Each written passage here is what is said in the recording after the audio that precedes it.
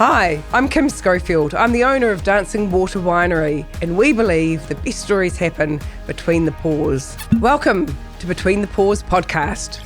Kim Schofield, welcome back to Between the Pours podcast. Thank you. It's so great to be back. How good is it, right? Like, I really enjoyed the first podcast that we did. The episode was really good. I got some great feedback. Also got a complaint. Oh, no. I got a complaint. No, I'm scared about that. Yeah, I got a complaint. The complaint was we didn't mention the website where people could buy the wine early enough in the podcast. Oh, so radio. Let's get that out before we start today, because we've got a great episode. But where can people buy this delicious wine? Online at dww.co.nz, and deliveries overnight. How good. I'm grateful that we've got that out, because it was a strange complaint, but I get it, right? So you got some great feedback as well, though. Like people, messaging you and telling you they really, really enjoyed the episode. Oh, some great feedback, and it's such a fun thing to do and a really great way to tell our story. So yeah, I'm really grateful for the viewers and for you for co-hosting. It's awesome. Yeah, it's fun though, because I know the team putting out the content, and we put some stuff out on LinkedIn and Instagram, etc. And like the comments were really, really enjoyable. I think people really enjoy the fact that you're sharing the stories about how you created, Dancing Water, and also like how not everything is a straight line, right? Oh, totally. Yeah. I think people really resonated with the Clarkson farm and stuff and like there's plenty more of that. I reckon one day we'll have to shoot down at the vineyard, and like I've got a couple of ideas now. We could do some wine tasting and stuff like cool. that. I think that would be really, really cool just to bring it to life. Today, though, we're talking about, you really have taken Rosé to the next level. So we're going to talk about Rosé, and specifically we're going to talk about, one of the wines that you've created. So firstly, I guess my question is, like, and I know we talked about this a wee bit in the first one, but why Rosé? Well, I think the thing about Rosé is that everyone loves it. Like, it's just a universal wine, and you can have so many different styles, and it's so much fun making it. But the best part is that people love it, and they love drinking it, and they celebrate with it. They have holiday with it. They drink it all year round. It's just a really versatile but fun wine. I had a funny conversation the other day with a guy, and he was talking about how wine's dying, right? And I was like, oh, okay. So, people aren't drinking wine. I was like, oh, okay. So I mentioned, like, do you still drink Pinot? And he was like, oh, yeah. Memo, it's all still drink Pinot. I said, oh, do you drink rosé at all? Oh, yeah, we love rosé. And I was like, oh, so it's not all wine are dying. No, some wines are dying, right? And I thought, and he mentioned rosé, and I said, oh, I've got a couple of rosé you should try, which I thought it was a really interesting conversation. Yeah, wine is taking, there's some nuances happening, and people are going to rosé, and they do want to drink rosé, and I think that's a really, really cool thing. The wine we're talking about today, though, like, tell me about it. Like, we've obviously got a few bottles here on display, and there's a real story about it, but tell me that your thinking around it. Well, I think there's something very, very special about this particular wine, because it was born out of chaos. So all of the wines are special, and I think they have each of them have a story, but this is probably the born out of chaos. Just tell me about that, please. I was writing this down. I think born out of chaos. One of the beautiful tasting wines I've ever tasted. Well, it was last year, vintage, so March 2025, and it was a really tough vintage. It was wet. Okay, so what happens around vintage, around harvest, is that people go, "Oh, Kim, like, do you get out there and pick the fruit?" Yeah. And like, I thought that would be quite a cool idea. That's what you see on the movies, right? But there's no way they'd let me in the vineyard. It would take too long, and I'd talk to everyone. So what that time of the year, what it means for me is that there's a lot of decision making about what we're going to do. And because we're a small vineyard, everything has to be the highest quality. And if things aren't going to make it, aren't going to be where we want them to be for whatever reason, we have to make B and C calls. So what happened this particular year was that we were standing in the vineyard in the rain under the nets. So it was myself, the winemaker, the head of vineyard labour, and our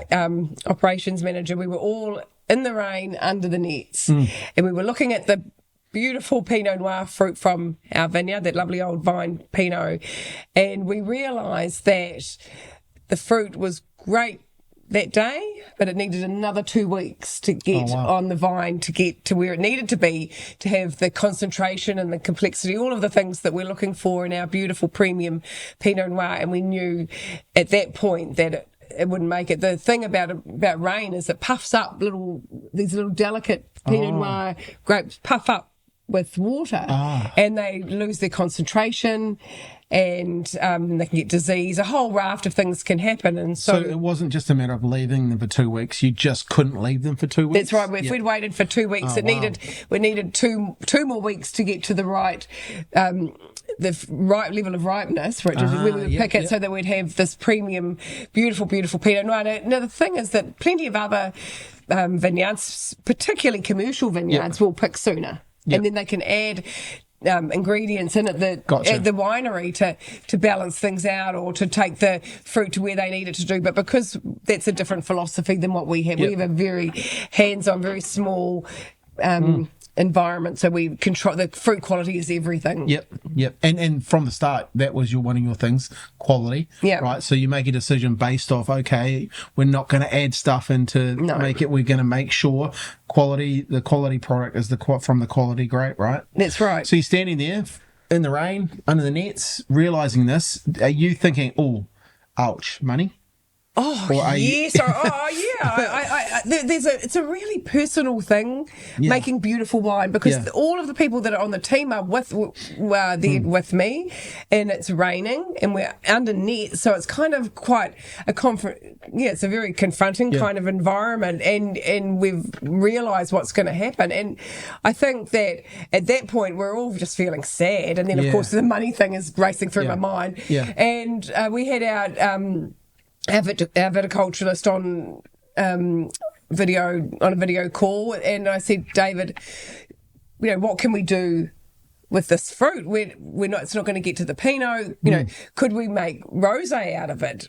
Because I knew that you can harvest Pinot Noir fruit sooner by doing that. And he said, well, yes, you could. And I said, well, what's the, we'd assessed the wine. So during harvest, we have lab testing. So the grapes get taken into the lab daily. Well, as we get closer to harvest, it can be, but it's weekly. But anyway, we knew what the profile of the fruit was from a chemical analysis point of view. We had the winemaker there, so the first part of it was, well, yes, we can make this wine. Sure, we can do it. And then, of course, there's this moment for me. I'm like, well, how do we bridge the gap in terms of value? So the cost, the revenue associated with the premium Pinot and a Rosé is a lot. It could be $50 difference between the two or more.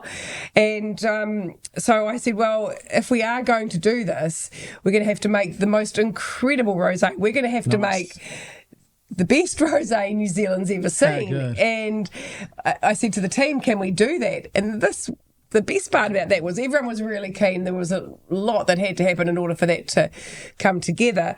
But of course, the funniest thing was we already had made one of the best rosés. We didn't know at the time. So the Blanc de Noir had been awarded the gold medal, and we didn't know. So it was just a really special moment that we were all really keen to make this very, very special rosé, but we'd already topped the world, so it's pretty cool. How good. I try to take myself back into that sort of situation where you've had plan A is not going ahead.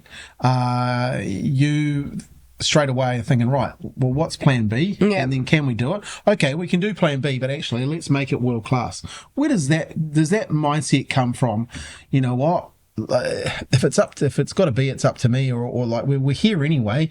Let's make something that's world class. Like, is that just your mindset around it? I think so. I think I do get a bit excited by challenge too. I love the idea of being unique and for the wine to be really special, and that every wine, and I don't know whether this is a good analogy or not, but you feel like they are like babies, you've got, because the lead up in the growing season, and it's 12 months between vintages, and so you've got this chance to create something new. So if you're going to create something new, why wouldn't it be the best? Is kind of my thinking. That's so good. So you didn't know the other your Blanc Noir was going to be a star and win awards, but you wanted to create something here, and you kind of knew obviously the grapes that you had were going to be okay to do that. Like, is that yes, well, the grapes was the perfect time. It was so perfect that we had 24 hours to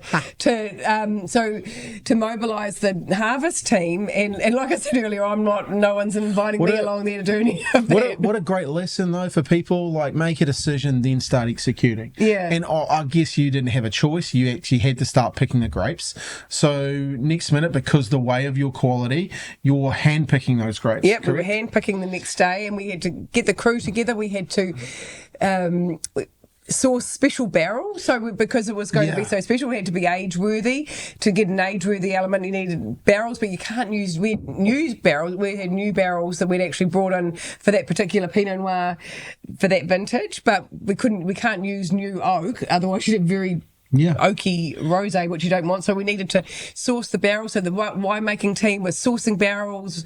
It was a lot. We had to get all the picking gear. Everything was it was a lot to organise. I can see what you mean by chaos now. Oh yeah, it was chaos. It was chaos. Your window of opportunity for not getting this right is a small window, right? Oh, totally. And we're in the rain under nets. It's not a great place to be. Do you think, like, you personally work like well under pressure and deadlines? Is that part of, if you've got a crisis, jumping in, making it happen? I think I'm getting better at being calm under pressure. Nice. I think I've been good at making decisions and bringing the team together and making the most out of situations. But I think it's certainly the calm thing is a more of a recent emotive state that I'm proud of, to be honest. Yeah. Very cool. So now you're handpicked this wine. You've got it in the barrels. It's actually brewing along, and you've got this goal of making something pretty special. When did you start to know that you had something special from a wine's perspective? I knew when Dom Maxwell, our amazing winemaker, when he said he could make a really, really special rosé of the calibre that we discussed. With the winemaking style that he outlined and what I was looking for from my customers, I knew from the moment that he agreed to do it that it was going to be amazing. I just knew. Nice. Because you knew what you had in the ground and what he was going to do and what your customers liked. Because your customers, are Pinot lovers, rosé lovers, well, the Pinot lovers as well. Yeah. They are rosé lovers. Yeah. They do like the rosé that you're making. So you've got something. Then how do you start to put, if you start to look at it from a marketing perspective, you have this product that. Have you tasted it yet? No. You taste the fruit as it goes into the winery. So some of it went into tank and some of it went into barrel. So we knew that fruit, that particular fruit was beautiful and clean and concentrated and had a lot of flavour. So we knew that the rosé would have a lot of flavour. So nice. But the marketing. When do you start to think about the marketing side of things? Because you've got this thing in the barrel, and you're like, right, like it's doing its thing. How long does rosé take? It can say 6 to 9 months generally to make, and so you've got to really get onto it. And I'll be honest, it can be it's pretty daunting to keep bringing out new wines and new names and labels and stuff, and it's a lot when you've got you've got the normal world to meet out the rest of the harvest, and so it's sort of one of those things that you hope the inspiration's going to come.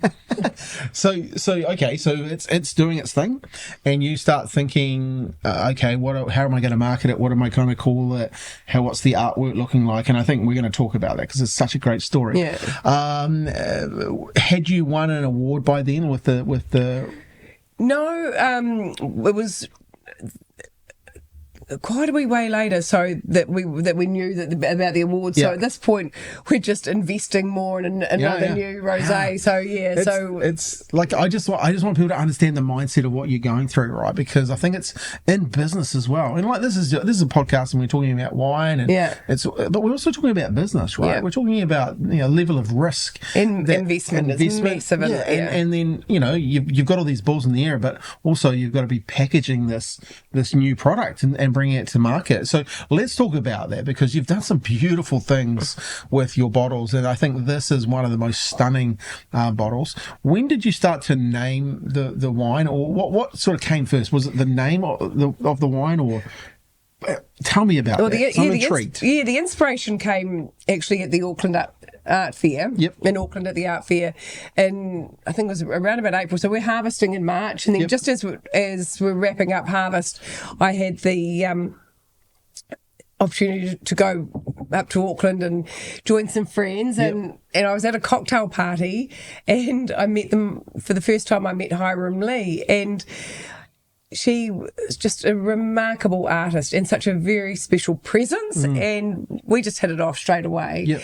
And she showed me on her phone this incredible Swan Lake digital immersion exhibition that was going to go into Christchurch Art Gallery and then on to Te Papa, and I looked at it and it just really, I don't know, there was just something very, very special about this work, about her, about the fact that we're having such a great night, and we'd had such a great day with my friends and Gabby, and it was just everything. I know the stars were definitely aligned for sure. So we met, and then she said, I'm going to make printed flat works from this big digital immersion, and she showed me what they would look like, and I just thought, oh wow, that could be incredible for this. Yeah, and I have a picture here. Oh, there you go. Yes, that is part of it, right? Like that is the whole the swans.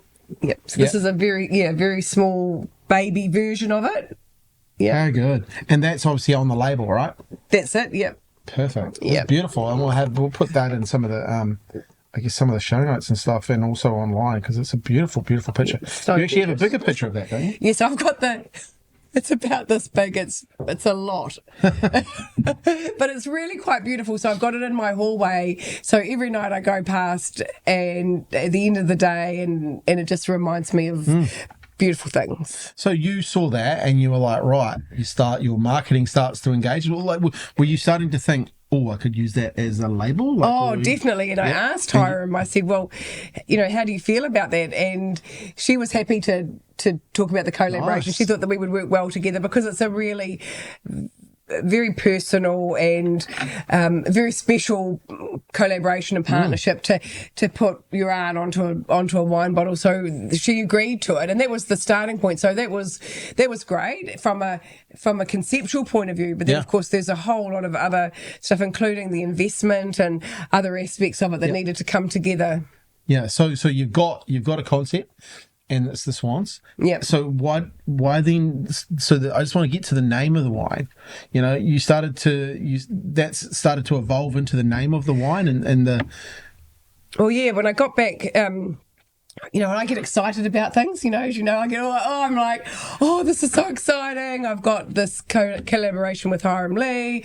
I had the idea. Of what the label would look like, and it was really great. And I'd spoken to Nikki, my operations manager, and she came up with the idea of this beautiful bottle, which she said, look, they look like reeds. So she was really excited and really on board with it. And then I thought, okay, I know that I do sometimes get off on a tangent, and I thought maybe I need to just get the voice of reason. Yep. So I sent a message to my mentor, Paul Wright, and I said, could you please just be the voice of reason in this? And he's quite happy to call me out when I'm wrong. Like 100%. That. He's done that a few times, and he's always been right. So I felt that I needed just, a broader perspective on it. And I sent it off on a message, and he thought it was great, and he came back and said he thought the swan symbolism was great, and perhaps I should call it the Rosé de Scene, the Rosé of the Swan. How good. And I was like, yes, sorted. Fabulous. And what a great name, you know he lives in Swan Lake. I didn't realise that at the time. I know. There was no correlation between that. And I think the one thing that I have left out of this whole story is the beautiful swans that are at the bottom of the vineyard that live there, and they'd had a little baby. And so myself and the girls from the winery next door at Greystone had all watched this gorgeous family and the baby Signor, is that how you say it? Yeah. so that it all kind of happened at the same time. So we had the swans living here and their little baby, Paul and Swanley Road or street or whatever. Yeah, you had another sign as well. What was that? You had another sign that you went. Didn't you go into Amberley and you were in a coffee shop or something? Yeah. Nikki and I were. Oh my goodness! Yeah. Okay. So as part of all of this, we were discussing the logistics and whether we could get these bottles from France in time and how the whole thing could come together. And the coffee shop got busy. Little Vintages, this cute little cafe that we go to, and I said, well, let's go for a walk. We had her dog, and so we went for a walk and we looked down the street. And I said, honestly, Nikki, do you think this is great? It's pretty bold. And we looked up, and there was a crownland swan in the window of the house that we were standing outside of. Like, oh well, that's it then. Yeah, it's a sign. It has to happen. Yeah.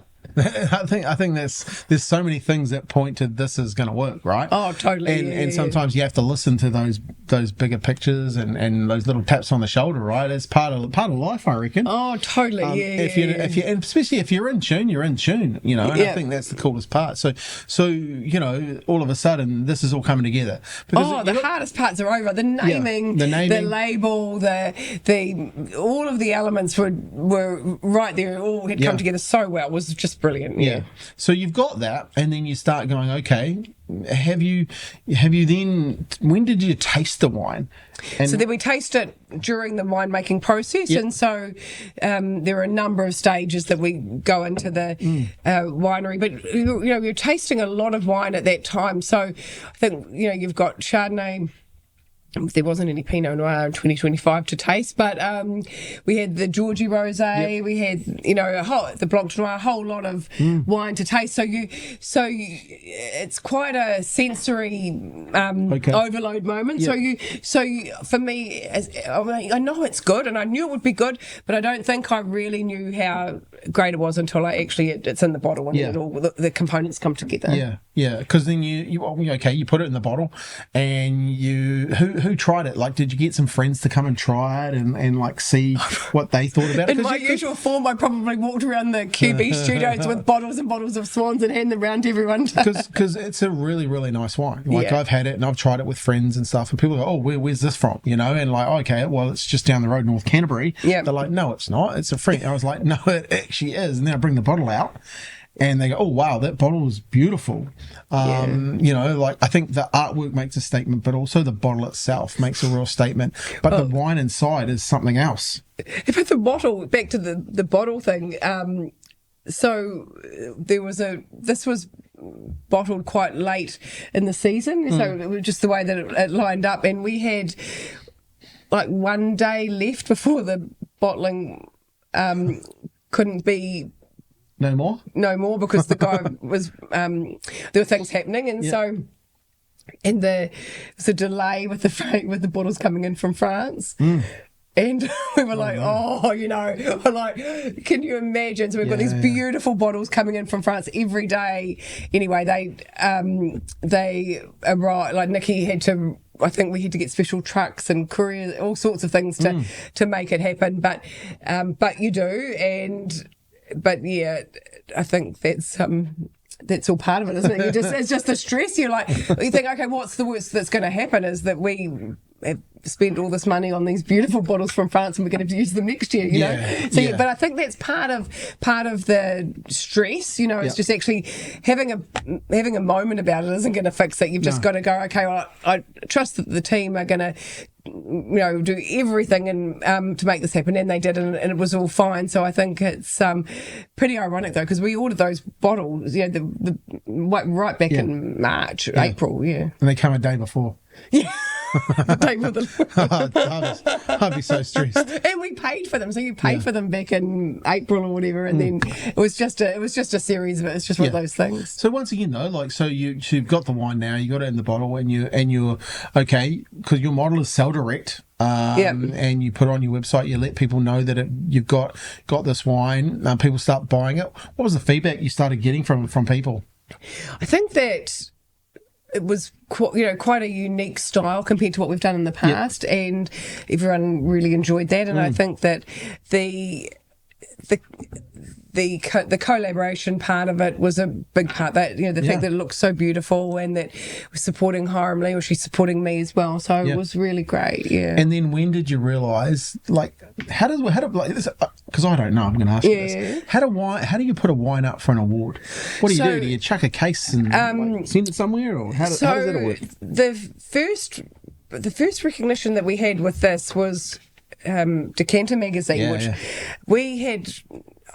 In Decanter Magazine, it's like, oh my golly, I used to buy Decanter Magazine to have it on my coffee table so that I really looked like I was onto it. I didn't even know half the time I couldn't read it because I didn't know what it was. A lot of the things they were saying. Please explain Decanter Magazine. The most prestigious wine magazine in the world. It's a very serious, very incredible, with some of the top wine writers from all over the world contributing to it. So how do they get hold of your wine?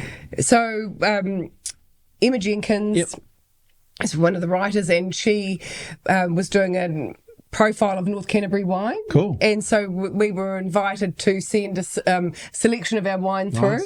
And so normally with these type of reviews, you generally think that the Pinot Noir or the Chardonnay are going to be. It's just that's what I was expecting, to be perfectly honest. But I said, well, let's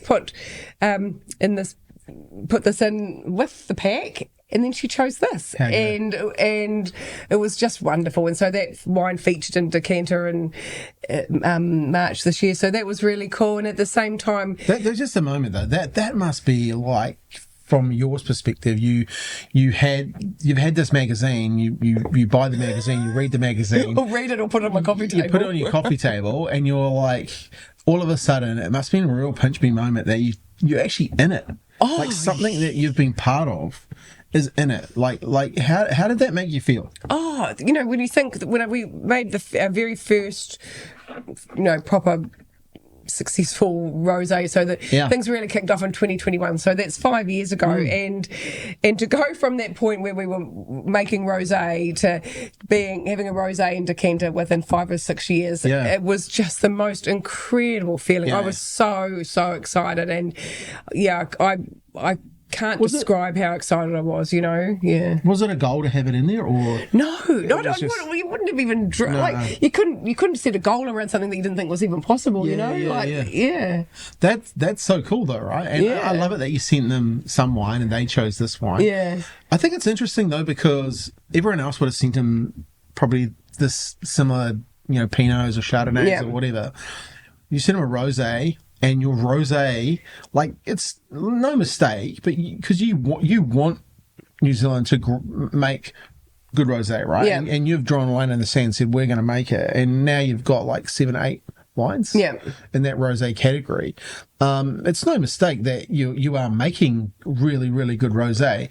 And I can guarantee when the lady tried it, it was a lady, she would have loved it. And that's why she wrote about it, because it is, your rosés are something else that I've only ever seen or tried in France. That's right. And I think that each experience like that, and then of course, we started doing more of the international awards because of the success that we had last year, and really the interesting thing about the Decanter recognition and more awards isn't so much that because we're not in supermarkets, we're not going to have stickers all over it, and that's going to help the consumers make the decision.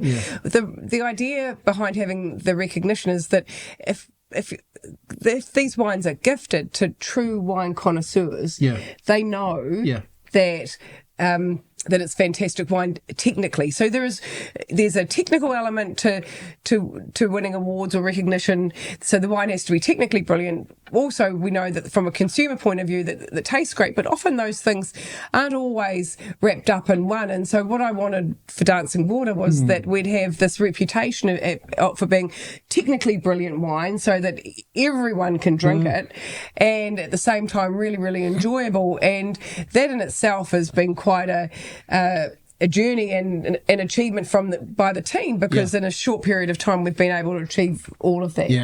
And do you think like that whole what you just talked about is coming together, and that's why you are being successful, because also you're not in supermarkets, right? You sell direct, which allows you to price the wine at I guess, what can I say? Desirable pricing. Like you're buying better wine. Oh, totally. For less. Yeah. Compared to what if you sold that in the supermarket, that's probably what, a $60 bottle? Well, if that wine was sold in the supermarket, and if we were going to make any money out of it, it would need to be $120, and we sell it for $45. Yeah. So we couldn't do it. You couldn't do it for less than that, otherwise it wouldn't be worthwhile, which is probably why, partly to a point, why there's not a lot of high-end premium rosé in New Zealand, because there isn't really a huge market for that. But at $45, there are other French rosés in that same price category, and I think that's where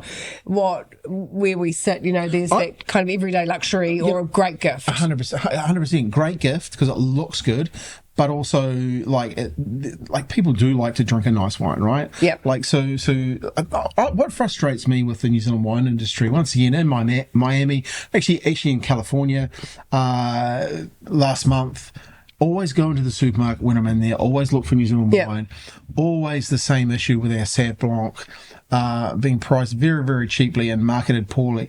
And then I was in Miami 2 weeks ago, and I went into this place, and there is our Sauvignon Blanc there again, priced poorly, but it had the marketing where it was staged was in another brand. So not only was it not our branding promoting the wine, it was actually an Australian company that was where they'd put our wine into. I just thought, you know what, like how where the lack of care in that. I know that sometimes you stack them high and you want to make them fly out the door and stuff. Yeah. But this wine, I felt sad for New Zealand wine.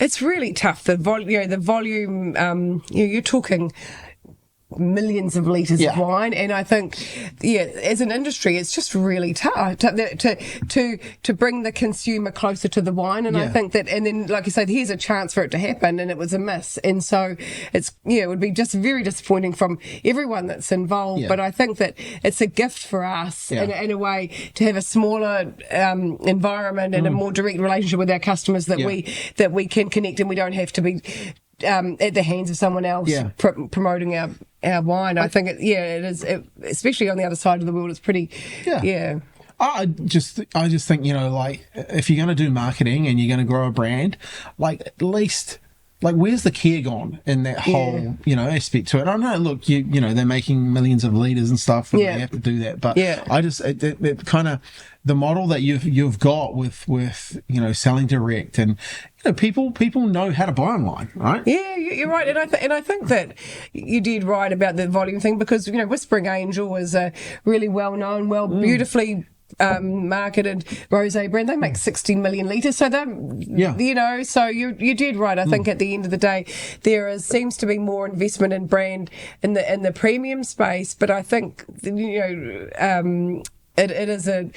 it is a gift for me to have the chance to be so close to my customers and so close to the wine and the winemaking team and the viticulture guys, to be able to create something that's unique, and that's it's a great gift. I think that matters too, right? Like, how close you are, and you're right. You're close in some of those decisions, right? Yeah, totally. And the risk is right on you there too, right?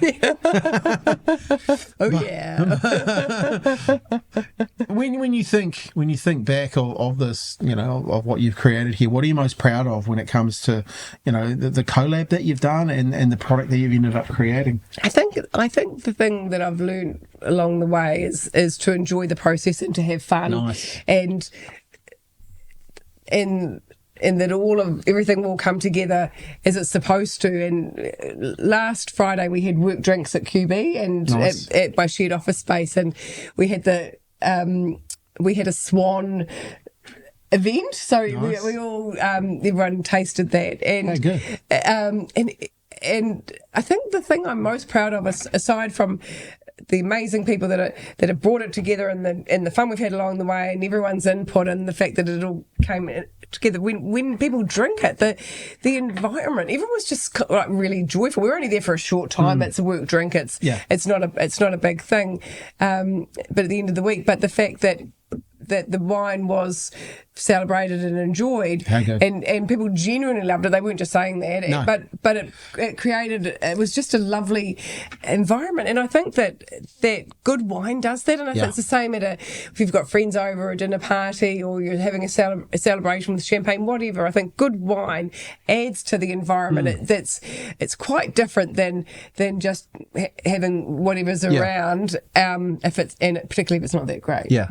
I think that's so cool too, right? Because this wine, like your rosés, they surprise me. They surprise people that drink them. Yeah. You know, because like rosé in New Zealand's not that, it's not well known, blah, blah, blah. Yeah. But then you try this and you're like, oh, yeah. Everyone goes, oh, what's that? We've had it in the office here where we've got people that don't even drink wine try it. And they're like, oh, that's really nice. And they're not just saying that because we're making them drink it or whatever. Yeah. We're not making them drink it. Like, they're trying it and they're going like, oh, that's really, really nice. And I think when you've got a philosophy that you're going to create quality, and that is at the ethos of what you do, it's no mistake that you're going to make something that is really, really nice, right? Yeah, it's true. And it must be quite satisfying, though, for people to go, oh, like they try and that's really nice. Or, my thing is I didn't expect it to be that good. Oh, that's good. And, but I do think that we sometimes we are at the in that situation where there is an expectation. Well, how good can New Zealand rosé be? For one, the other thing is because they look so beautiful. I think sometimes people think, that I'm making up for the fact that if you invest in the bottle and the label, then that will sort of counteract the wine. So it is a wonderful thing for everyone to go, oh, it looks great. There's a true partnership behind it from an art collaboration point of view, and it tastes great and it's surprising. I think but all of those elements run through business, don't they? We all want to be involved with things that make the team proud. That the output of whatever it is that you're doing just feels great, and everyone stands up and wants to be a part of that. And so I think that's where the parallels come between the wine and business. Is that this journey is really about the people that pull all those components together and the output really, On another episode, like we're going to talk about the all of your other rosés that you have, right? And talk about them as, and why you've done certain things certain ways. When you think about this wine in particular, where does it sit in the 8? Is it 8 or 7 or 8 that you've got now? Well, I'm trying to streamline it. That's my goal to try and see if we can streamline it overall. So the role of this particular wine originally was going to be our Pinot Noir Rosé from the Dancing Water Vineyard in North Canterbury, but we had an even tougher harvest in 2026, and what happened was that we didn't even get that chance to pick it for rosé that we had, so we weren't able to pick it at all. So first of all, a plan was gone, which was the Pinot, and then the idea would have been to do another Swan rosé, and we were also we weren't sure how fast it would sell, and so I was at that time I thought, this is a premium wine, it's $45, is it going to fly off the shelves? I wasn't sure, and so I wasn't. The B plan was just that, it was a B plan, and then of course we couldn't do that, and so then we had to. By this point, we'd realised that the Swan was very popular and everyone loved it, so we had to do a Central Otago version of it. And so we'll have that coming out. So it'll be, the interesting thing about that is that sure, it's a different vineyard. It's still Pinot Noir, but the winemaker is the same. And so this is the really interesting thing is that winemakers have their own signature, their style. like a design, like a fashion designer. Yep. Like when you that's cool. Yeah, when you look at a particular fashion designer and you know that's their brand. And so the same thing with winemakers. And so I had Kim Douglas tasting this wine with me last week, and he said, oh, this has definitely got Don Maxwell's signature on it. So he could, and that was a really great thing. So but the perfect situation would be in 2027 would be if we could, we've actually the plan has changed again. So we're going to split the vineyard into two. And so the Pinot Noir table wine will have the front part of the vineyard, and then the Swan will take the back part. That's our A plan. So if that goes well, that's where we're heading. So we can get both. Yeah. How good. So basically, more good wine coming. That's what I heard. My brain was going, oh, there's more good wine coming. When we I just want to future into the future though. So when you set we'll go back a week. When you set your goal, like you want to be New Zealand's the queen of rosé in New Zealand, right? Which I think you are. How many wines do you need to have, or do you think you need to have to take New Zealand like rosé up to that level?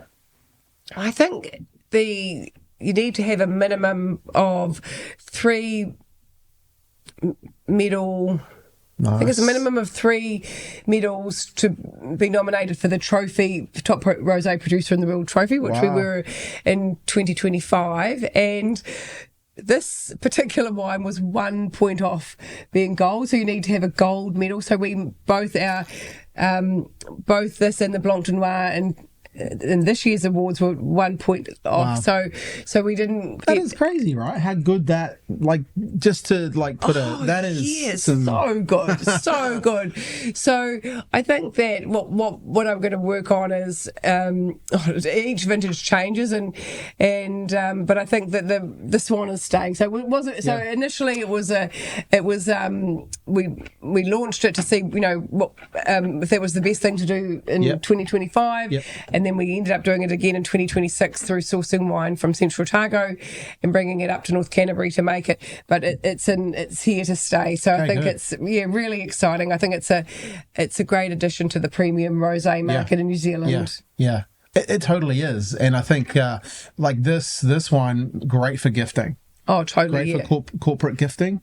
Yeah, I think that's we're going to talk about that in another episode as well, and definitely how that there's some real good options that you've created over the years with corporate gifting. So, but hey, this has been fascinating. Is there anything else you want to share about this wine? I think we've pretty much covered most things, and I think the only real thing people should do is go buy it, right? like prove me wrong that this is not one of the best rosés you've tasted. Seriously, I'm not saying that because there's wine sitting in front of me. I'm saying that because I generally, when I tried it, I was like, oh wow. And then my litmus test, I've got a few free friends that like rosé, always drink French rosés with them, and they were like, where'd you get this from? And they, so you know, right? Like, and that's the cool thing about it. So, where can people buy this wine? Online at dww.co.nz. Yeah, and look, you do fast delivery, which I just find amazing. But that's part of your strategy, right? Like, totally. As soon as orders are coming through, you're getting them out there, which is amazing. And I think that's the beautiful thing about a selling direct model. You have to have commit to service, right? Oh, totally. And I think that's one of the coolest things that you guys have. You commit to that. Not only do you have a quality product, but you're doing things that other businesses like a supermarket can't do, right? And I think that from an online point of view, I always think that it doesn't matter how much money you've got or haven't got it. If you buy something, you want it now, particularly if it's wine. Like, I don't want to wait a week or two, like, and you want it to be there for the weekend. So wherever we can, we do overnight delivery as best we can within the constraints of couriers, but in general. But I think that overnight is a really big part of the service, and I just think I just would want my customers to have the same experience that I want when I buy online. And I just, if you buy it, you want it. I reckon what we do is we get people to buy this wine, and they got to tag us in on social media. Surely, if you've got this wine, and why don't we do something? Okay. Why don't we people tag us in? Probably on Instagram is probably the best place. So, hey, if you want to do it on LinkedIn, that'd be pretty cool. Or Facebook, tag us in, and we'll come up with a prize for someone who tags us in. Out of all of them, we'll choose one person. Radio. And we'll choose something really cool with this wine. Is that cool? Yep. Fantastic. We made that up, by the way. But I want people to drink this wine. Yeah. And I just want them to know that I'm right. Yep. No, sounds right. I'll make the prize great. I love a good challenge, so we will make an amazing prize. Yep. People will tag us in on some of this, on buying this wine and having a drink. Tell me that it's not, I'm telling you right now, this is something else to drink. Yep. If you like rosé, if you're listening to this, go buy it. We draw it on the next podcast. Yep. Once we see the people tagging us in, we'll do that. And I think, it'll be fun. Great. All right. Awesome. Well, I'm up for a challenge. We're up for a challenge. Well, this has been a great episode. I appreciate you coming in once again and sharing. What is it we want people to do apart from tagging? We want people to go to the website. We want people to try the wine. Yeah. But we also want people to share the podcast. Totally. Yeah. So, if you're out there, you've been listening.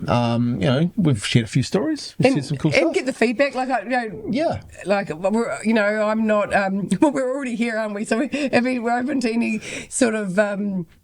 Feedback. Yeah. We're thinking about doing a tasting. We're thinking about maybe we could do that somewhere and invite people. So if you wanted to join in on that, tag us in on that sort of stuff too. Yeah. We want to build the community where we want more people talking about the wine industry and obviously bringing in people that have been part of this journey. Yeah. I'm fascinated to meet some of the people that have helped you get to where you are here as well. So and I'd love to do an episode in the summertime. In the vineyard, take a tour. In the summer when it looks prettier. Yeah, see Clarkson's farm. I think it would be fantastic. But I really appreciate you taking the time. So Kim, thank you. Thank you, Scott. Have a great day out there and go and buy some wine. Thank you. I hope you enjoyed another story on Between the Paws. Thanks for pulling up a chair and sharing a glass with me.